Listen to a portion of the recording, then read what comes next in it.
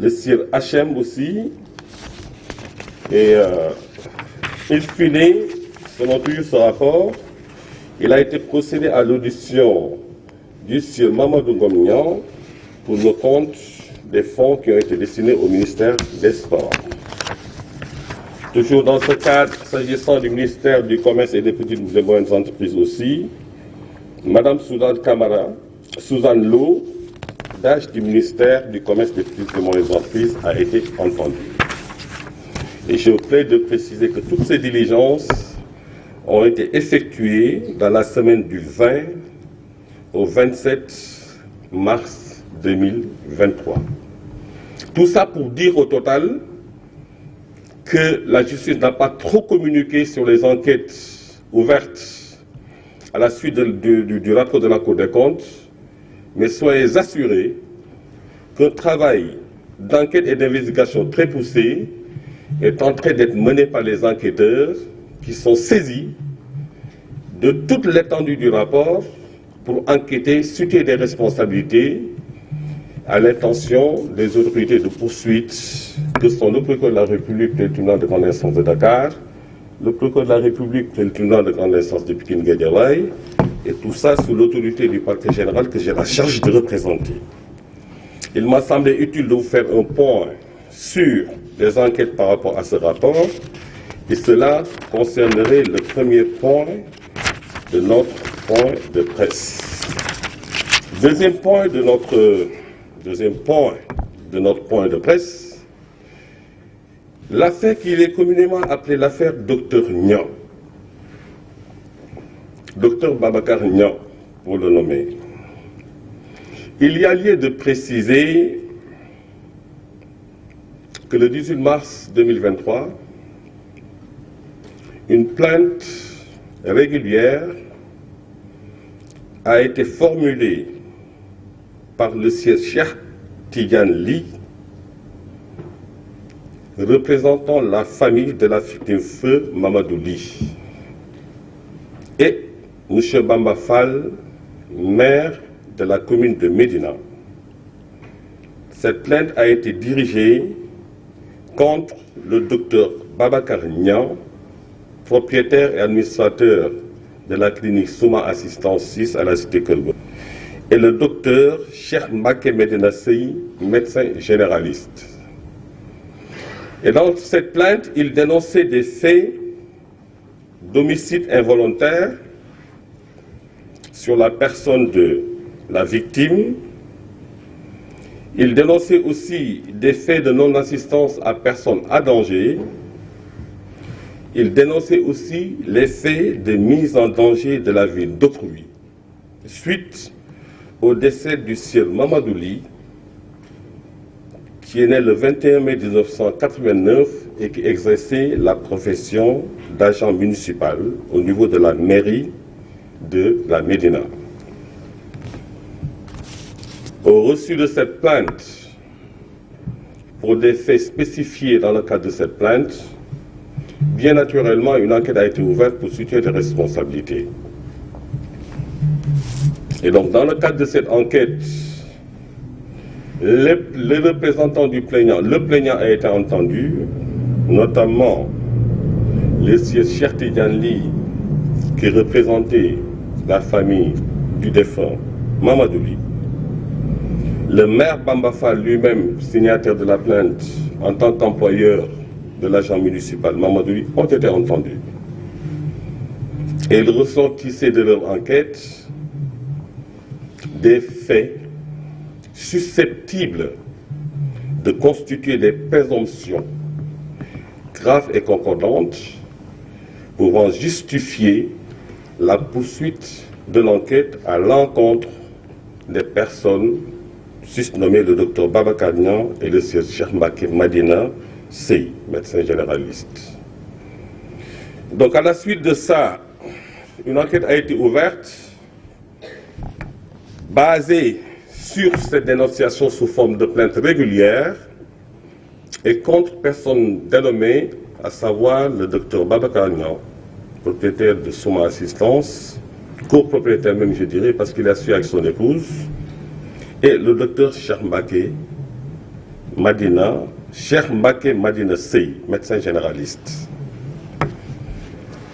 Les plaignants ont été entendus, des témoins ont été entendus. L'un des mis en cause a été entendu, le docteur Cheikh Mbacké Madina Sey, et l'impératif d'entendre le docteur Babacar Niang était justifié par les nécessités d'enquête. Parce qu'il faut le préciser, être mis en cause ne veut pas forcément dire être coupable. L'enquête a ceci, je dirais, d'impartial, parce que c'est le prétexte ou l'occasion de permettre aux mis en cause de donner sa version objet des faits dénoncés et d'avoir l'occasion, judiciairement, dans le cadre d'une enquête régulière, de se disculper. Donc vous noterez que c'est pas que systématiquement une personne fait l'objet d'une plainte qu'il est automatiquement coupable. C'est pas que systématiquement une personne fait l'objet d'une plainte ou de poursuite d'audition dans le cadre d'une enquête préliminaire que la conséquence évidente en a tiré, c'est qu'il fait l'objet d'un traitement pour quelque motif que ce soit. Donc je disais tantôt que la plainte a été déposée le 18 mars. Les enquêteurs de la sûreté urbaine ont pris sur eux de convoquer le docteur Babacar Niang. Ce dernier a extirpé de son absence du ressort de la Cour d'appel de Dakar pour solliciter que son audition soit différée le lendemain, 19, à laquelle les enquêteurs ont accédé. Le 19, convoqué à nouveau, le docteur Babacar Niang a laissé entendre qu'il était en déplacement dans le Fouta, particulièrement dans le village de Medina Ndiagbé.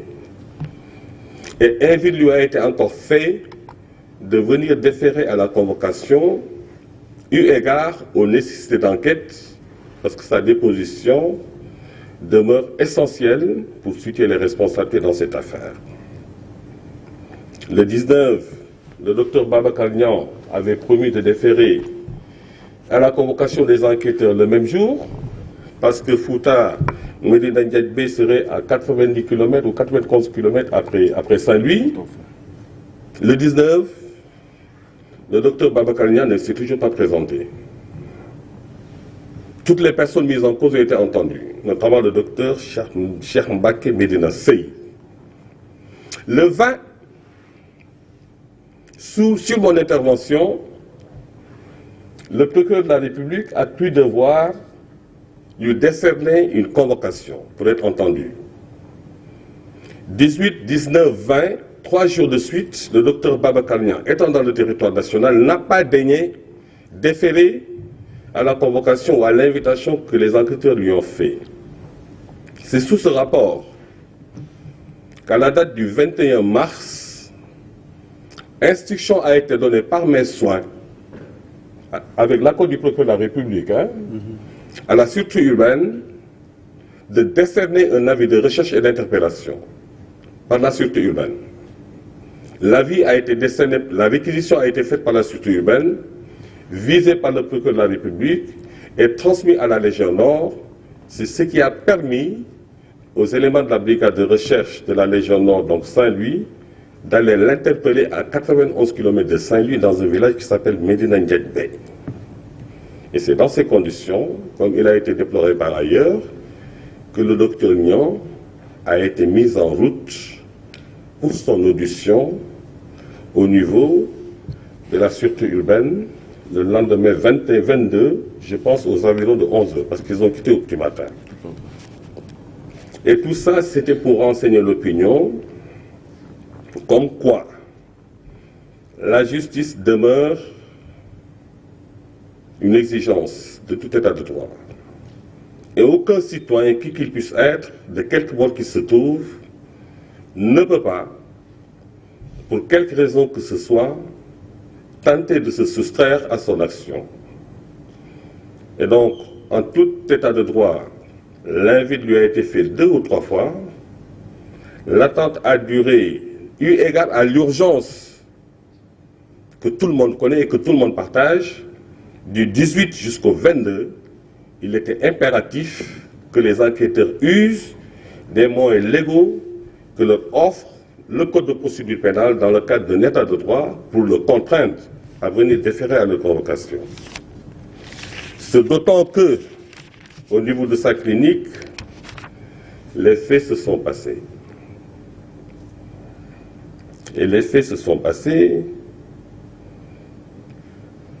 On ne va pas revenir sur le déroulé de la prise en charge de la victime Amadouli depuis le lieu des manifestations à bord de l'ambulance de Souma Assistance jusqu'à sa conduite à la clinique où ses parents se sont présentés et se sont acquittés, une clinique privée où les soins sont payants, et se sont acquittés de toutes les charges financières relativement à sa prise en charge.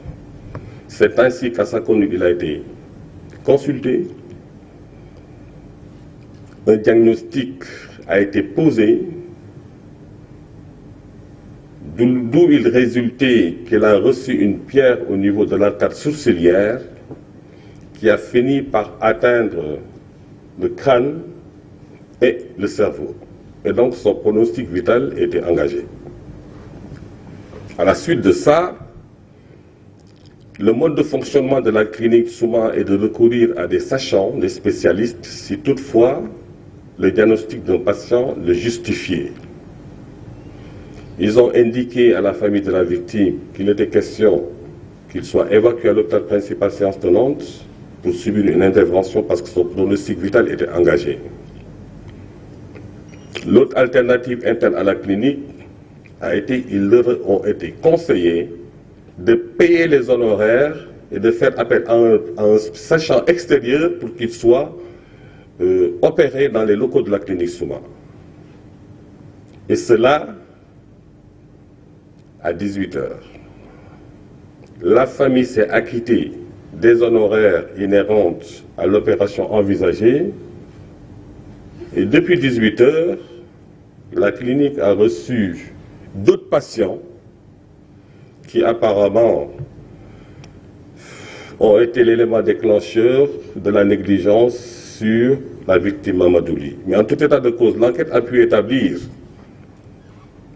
que depuis son évacuation à la clinique, son pronostic vital était prononcé. De 18 h pour le moins, je dis bien pour le moins, parce que 18 h est l'heure à laquelle il avait fait le scanner et que l'éventualité de le référer à l'hôpital principal pour une intervention pour le sauver était une nécessité. Tout ce que j'ai dit est renseigné sur le procès verbal régulier et sur les auditions à la base des constatations. Depuis 18 h jusqu'au lendemain à 17 h, Mamadou, lui, était laissé en rade à la clinique. Il n'a été consulté par aucun médecin, il n'a été soulagé par aucun sage-femme, encore moins des aides-soignants. Se tordant de douleur, gémissant. Et c'est dans ces conditions que sa famille a exigé du corps médical que le patient leur soit restitué pour son évacuation à l'hôpital principal où il pourrait espérer lui sauver la vie. Et c'est donc sur forte insistance de sa famille que Mamadou lui a été évacué à 17 h, 18 h le lendemain, soit à peu près de 24 h, en direction de l'hôpital principal où, arrivé, le corps médical n'a pu que constater son décès. Il est aujourd'hui douloureux de le dire, et bien regrettable d'ailleurs, que même arrivé à l'hôpital principal, le corps médical qui s'était chargé de l'évacuer avait oublié son dossier médical à la clinique Souma. Et donc, une urgence de premier ordre principale qui a été référée ne disposait pas de son dossier médical. Ce qui est absolument pour dire le moins incompréhensible. Et c'est à la faveur d'échanges par message WhatsApp, je dis bien, que son dossier médical, qui était oublié à la clinique Souma, est parvenu donc à l'hôpital principal. Voilà brièvement ramassé le résumé de ce qu'il est convenu d'appeler l'affaire Dr Babacar Niang. Et c'est pour toutes ces raisons il n'a pas pu justifier des soins que sa structure aurait prodigués à la victime Mamadouli, malgré qu'ils se sont acquittés de tous les honoraires liés à sa prise en charge. Le docteur Babagnan, vous me direz, il était à Médine Yalbé pendant ce moment. Comment peut-il avoir une quelconque responsabilité dans la mort de Mamadouli? Et ce qu'il faut savoir, c'est le mode de fonctionnement de la clinique. Toutes les décisions, je dis bien toutes les décisions en termes de priorité de prise en charge sont dictées par le docteur Babacar Niang qui en est l'administrateur. Et c'est donc au bénéfice de tout ça que des poursuites sont engagées et sous le respect des nécessités d'enquête, de la présomption d'innocence et du secret de l'enquête, je dirais, le secret de l'enquête et de l'instruction, je m'en tiens à ces considérations. Que le procureur de la République, sous l'autorité du procureur général, a fait le parquet de manière générale, dans son ensemble qui est indivisible, a estimé devoir engager des poursuites. Déjà, une mesure de garde à vue a été prononcée à son encontre, et il a estimé devoir engager des poursuites contre le docteur Babacar Niang, le docteur Cheikh Mbacké Medina Sey, pour des faits d'homicide involontaire, de non-assistance à personne en danger, de mise en danger de la vie d'autrui, dont serait victime Mamadouli.